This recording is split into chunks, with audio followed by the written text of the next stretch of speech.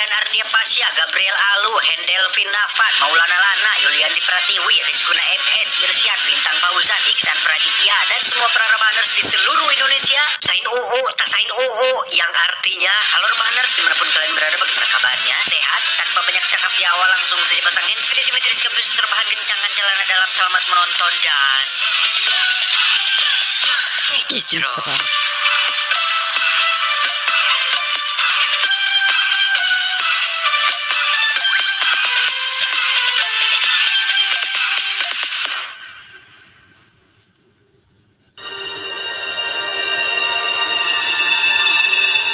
Kisah diawali dengan memperlihatkan seorang profesor arkeolog bernama Hopper mencari keberadaan kelompok hippie yang hilang pada tahun 70-an saat mencari mata air awet muda. Di situ Hopper menemukan sebuah mobil usang milik kelompok hippie tersebut yang di dalamnya ada sebuah foto keluarga beserta catatan yang isinya adalah gambar-gambar yang cukup aneh.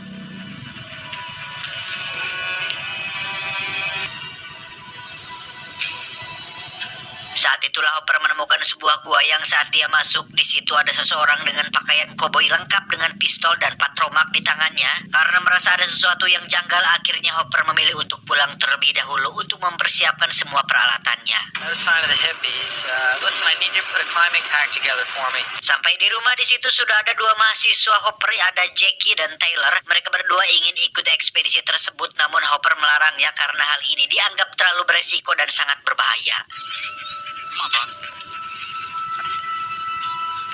Keesokan paginya Hopper terlihat sudah berada di lokasi, memasang tali di lubang lain sebagai jaga-jaga apabila dia tidak menemukan jalan keluar lain. Lantas Hopper pun naik ke atas bukit menuju gua yang kemarin dia temukan, dan menariknya adalah pria dengan pakaian koboi kemarin ternyata masih ada di sana, terdiam dan bahkan tidak berpindah posisi sedikit pun.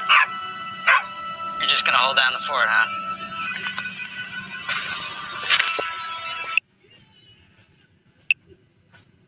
Remaja terjebak di dalam gua selama 1000 tahun, tapi usia mereka tidak bertambah.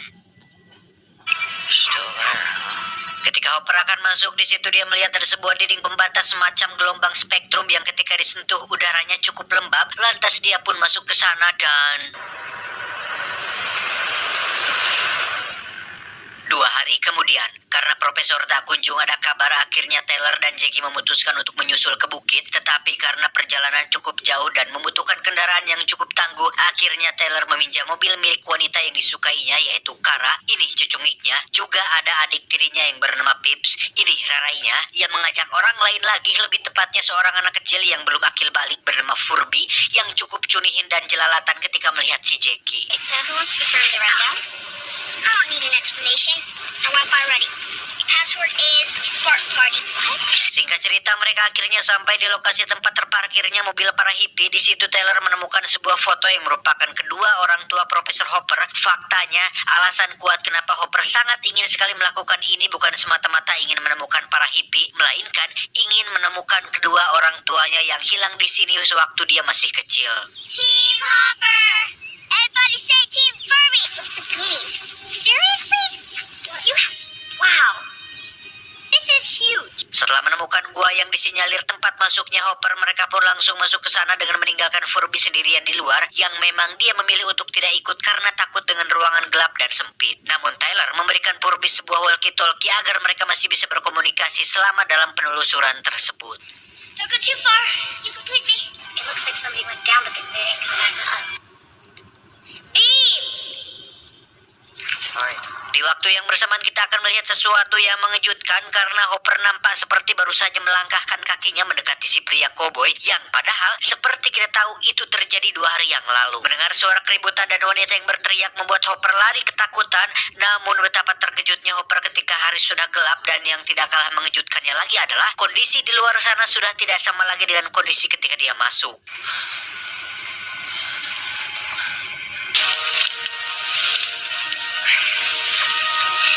Selain lingkungan yang sudah seperti bertahun-tahun lamanya, Hopper juga menemukan tas milik Jackie di mobil Kara yang kondisinya sudah sangat usang. Hopper pun masuk ke dalam gua lain yang dimana dia melemparkan lampu ke arah masuk gua, dan anehnya lampu tersebut tiba-tiba berhenti bergerak hingga akhirnya Hopper menyadari jika dinding gelombang ini adalah semacam pembatas waktu antara luar dan dalam, yang secara sederhananya ketika kita berada di dalam gua tersebut, waktu bergerak sangat lambat dibandingkan dengan waktu yang kita rasakan saat ini. Kembali ke Jackie dan kawan-kawan yang baru sampai di dalam gua, mereka dikejutkan dengan Furby yang minta tolong, namun karena talinya putus, mereka semua pun pergi ke arah lain untuk mencari jalan keluar lain. Professor Hopper? Di situ mereka menemukan sebuah lubang menuju jalan keluar. Cahaya aneh yang bergerak cepat sekali seperti kedap-kedip membuat mereka mengira jika itu adalah perbuatan si Furby yang sedang memainkan senter. Namun betapa terkejutnya mereka semua ketika menemukan Furby sudah tewas dengan tali yang terputus di samping tubuhnya. I think he tried to climb down and somebody cut his rope. Enough with the suspense, guys. What is it? Stay over there.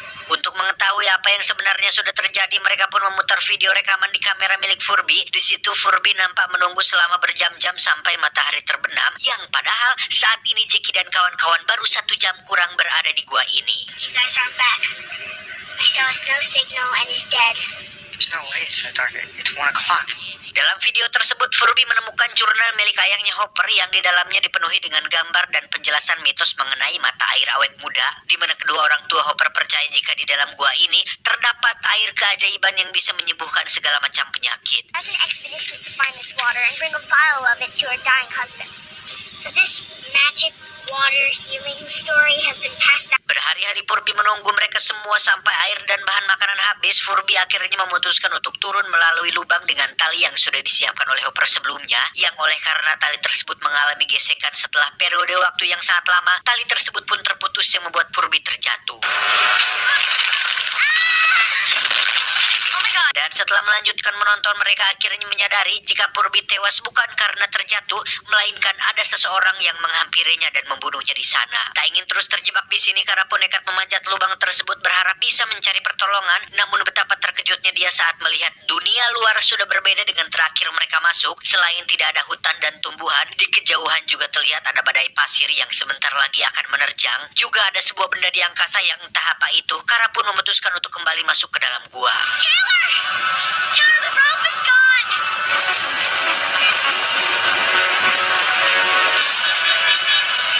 Taylor! I've never seen anything like it. Everything's gone. Okay, there's no tree. Ketika Taylor mengatakan bahwa Kara hanya pergi selama kurang dari 1 detik saja, Kara pun menunjukkan rekaman video saat dirinya berada di luar, dan jelas dia cukup lama berada di sana sehingga mereka semua akhirnya menyadari jika waktu di dalam gua berjalan tidak sama dengan waktu ketika berada di luar gua. Time is passing differently down here than it is on the surface. What? This isn't possible. How is this possible? Yes, I was up there for 30 minutes. This is seconds. Taylor dan kawan-kawan pun mulai membuat sebuah teori tentang perbedaan waktu di sini dan di luar sana, di mana Anda semua akan dibuat terkejut saat mengetahui bahwa 1 detik di gua ini sama dengan 1 tahun di luar sana. Saat itulah muncul sebuah taraje atau tangga berteknologi tinggi, kemudian turunlah seseorang dengan pakaian masa depan yang secara kebetulan muncul manusia gua yang merupakan pelaku yang telah membuat si Furby tewas.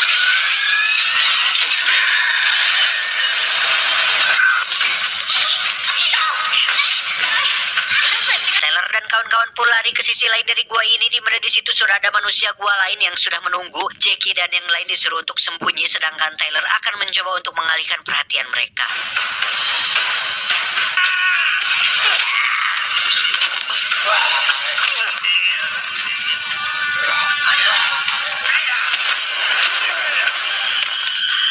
Saat Kara memeriksa, Taylor ditemukan sudah tewas yang secara kebetulan di situ juga ada si pria masa depan yang sedang mengambil air dari sebuah kolam kecil yang sepertinya itulah mata air awet muda yang sempat dicari oleh kedua orang tua Hopper.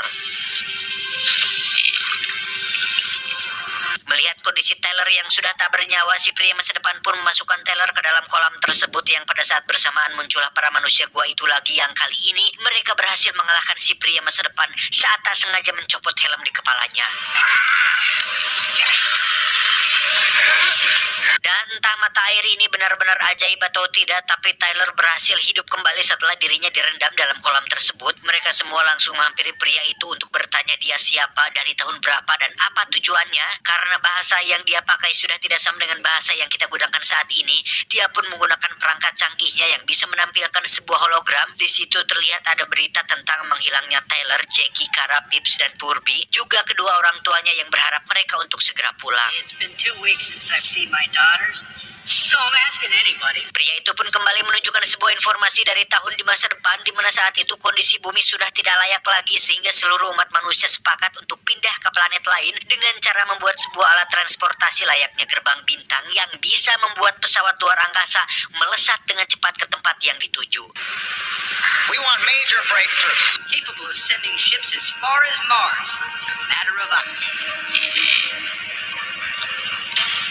Dengan semua informasi ini jelas mereka tidak akan bisa kembali ke kehidupan yang dulu lagi. Dengan kata lain, mereka harus menerima fakta bahwa keluarga, ayah, ibu, saudara-saudara mereka sudah tidak akan ada lagi. Sehingga hanya yang ada di dalam gua inilah manusia yang masih tersisa sampai sekarang. What are we gonna do? Saat itulah Tyler menemukan tas milik Jackie yang sempat ditinggalkannya di mobil yang kemungkinan besar telah dibawa oleh Hopper yang masuk dari sisi lain. Tyler kemudian menelusuri setiap terowongan dan menemukan Hopper sedang tergeletak dengan perut yang terluka parah.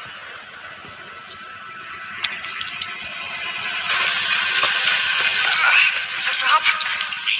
Pada akhirnya terungkaplah fakta bahwa dinding pembatas waktu di dalam gua ini merupakan semacam sistem keamanan untuk melindungi mata air awet mudanya. Setiap lapisan memiliki kecepatan waktu yang berbeda. Semakin Anda masuk ke dalam gua ini, waktu akan semakin melambat seperti beberapa orang dari berbagai abad dan generasi yang nampak tidak bergerak oleh karena di dalam sana, waktu bergerak lebih lambat melebihi waktu yang saat ini dialami oleh Tyler dan kawan-kawan. Each layer's a different speed than the last.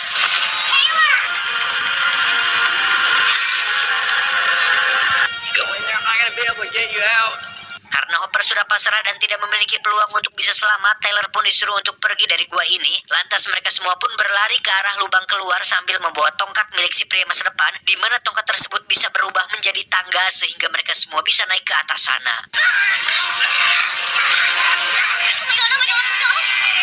Hurry! Entah yang di atas itu pesawat alien atau bukan, tapi daripada mati oleh para manusia gua, Tyler dan kawan-kawan pun nekat naik ke atas dan tiba-tiba... Ya, terlihat ada sesosok tangan dengan jari panjang yang menarik Kara. Sudah jelas bahwa itu adalah ras alien preketek yang tepat di waktu yang bersamaan. Satu manusia gua pun meluncuri tangganya sehingga membuat Tyler dan yang lain langsung terjatuh.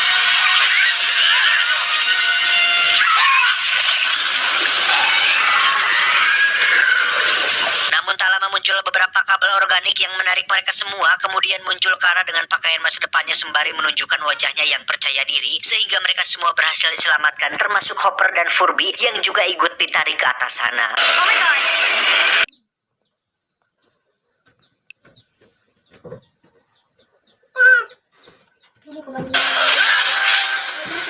Ketika siuman, Hopper pun terkejut melihat Furby yang katanya sudah mati kini hidup lagi. Juga kemunculan Tyler dan kawan-kawan dengan seragam luar angkasa serta seseorang yang berbicara di balik jendela. Lalu yang tidak kalah mengejutkannya adalah ketika Hopper melihat kedua orang tuanya dan adik kecilnya yang masih hidup, di mana usia mereka semua jauh lebih muda daripada usia Hopper saat ini. Yeah. We got a lot to talk about.